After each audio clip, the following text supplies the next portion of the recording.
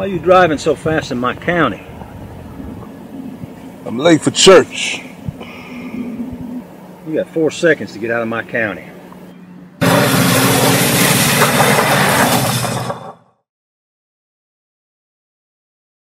One, two, three, four.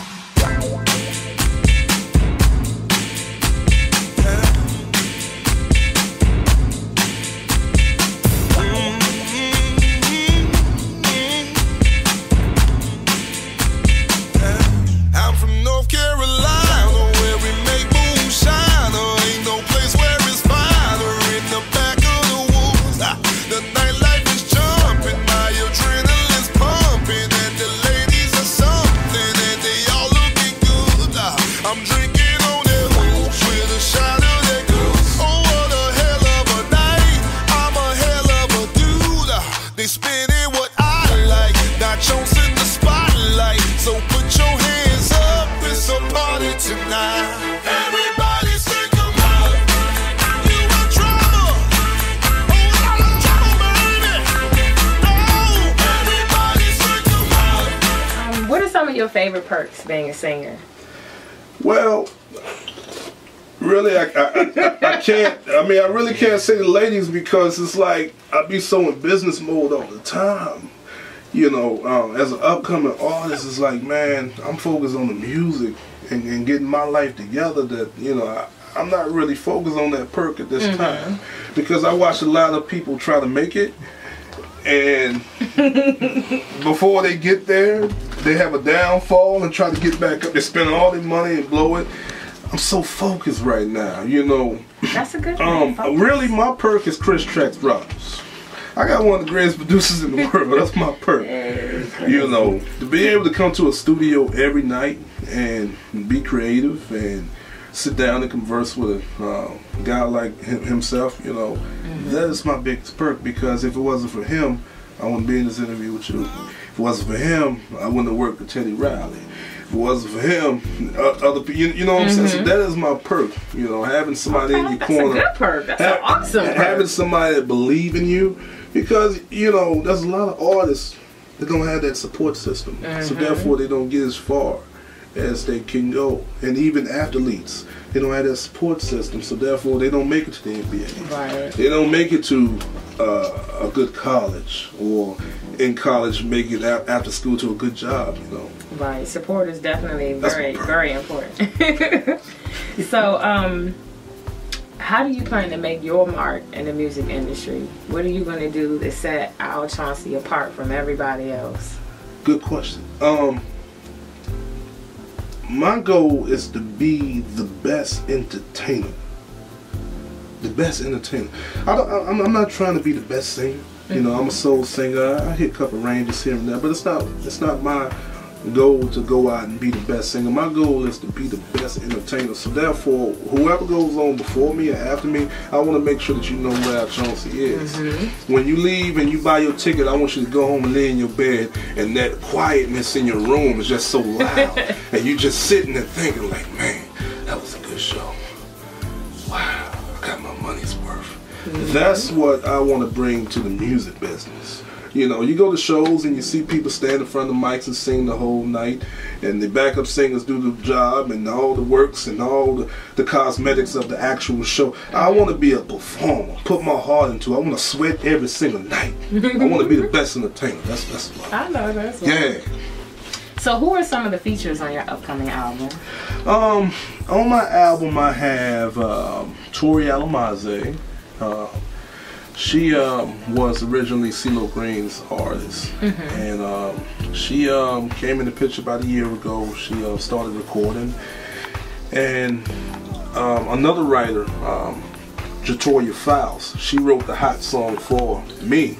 And I was talking to Trax. I said, Trax, it sounds like a female needs to be on this record. And the way stars align, people are in the right place at the right time, and Tori was in the right place. So she did her part, and we did justice to Jatoya Fowles' record called Hot. So that's one feature on the album. And also we have Ray Rush. He's a songwriter in the music industry as well. He wrote for a lot of people. And I have him on the Brighter Day record, you know, along with Teddy Riley. He co-produced on that record with Chris Trax Rogers. So okay, cool. Those are some of the features that I have on the project. I have another artist, another writer named VVS Jules. He helped co-write the Ready record with me. So, you know, that's him in the background. Oh, you know, certain parts, hitting accents on that, you know, record. So those are the features on my project at this time. In some of your songs, I noticed that you talk about the ladies. Yeah. You gotta show love to the ladies. Oh yeah. So how would you describe a perfect date? A perfect date? Man, is there such thing as a perfect date? I would hope so, maybe just a little perfect bit. Date, perfect date would be her paying for it, open up the car door for me. No, I'm just kidding. I'm just kidding. Oh my God. Well, actually, you know, Al Chauncy is an intellectual type of dude. I'm more, the new word is called sapiosexual. I like to know what's in a woman's mind. If we can converse and have somewhat similarities in what we can talk about, it's cool. You know, instead of a date where it's just we eating, is it good? Yeah. What you got over there? Let me try what you got. Okay. All right, cool. Where you work? You know, I really like to converse about a wide variety of things and really create a friendship over that date. You know what I'm saying? If it's a first date, you know what I'm saying? So that would probably be the perfect date for me. And I'm trying to be clean on camera too. That's I was gonna ask you, are you a talker or a listener? But I'm assuming you like to talk. So no, I mean I like to talk and listen. I mean it has to be reciprocal. You know, if she has to throw them at me and I throw them back or whatever. Yeah. Okay. So, but there's no such thing as a perfect date. You know, I don't know. I haven't got to that perfect date yet. But I will let you know in the next interview. Okay. Yeah. You know, living here in ATL, I hear a lot of women gripe all the time about, you know, oh, I can't find a good man. They're either gay or they want the big booty bitches. Yeah. Do you feel like men are really that shallow? Like, what's going on with the that? thing is, with Atlanta, ratio is so high for women and men. It's like, is it 12 to 1 or is it 18 to 1? It's something like that. It's like 0 to. But yeah, but what I'm saying is, what I think, what I ran into is a lot of expectations with women. You know, they had, like when you come to Atlanta, you got Love and Hip Hop. You got all these shows surrounding around Atlanta. Atlanta's Black Hollywood. I think it's expectations that mess it up a whole lot when it comes to both parties. You know what I'm saying? With women, well, hey, you gotta have this, you gotta have that and that and that. You know, it's like you don't want to be with the man when he's making the meal. You want the meal when it's ready and it's hot. Yeah, the meal is ready, it's hot, I'm ready to grab it and take it. You know, but there's a lot of good men out there that's working every day. You know, make their own money. They out there. You know. Yeah, I mean, I agree with you a little bit, because I know a lot of women that are willing to, you know, be there with the man and help him come up, and then as soon as he get there, y'all be like, deuces, I'm gone with the big booty. I mean, you know, the big booty is cool, you know what I'm saying? But I'm just saying. No, I can dig it. No, but I mean, Atlanta. I mean, it's when you got Magic City and all these other places, you know what I'm saying? I mean, it's a smorgasbord. I mean, I don't get myself. But what about the substance? Like, you know, it's okay. But I told you on my first date, when you asked me what's the perfect date, I was looking for substance. I'm looking for the big booty. Okay. See? I'll take that. I'll take that. Tell us something about yourself that your fans may not know.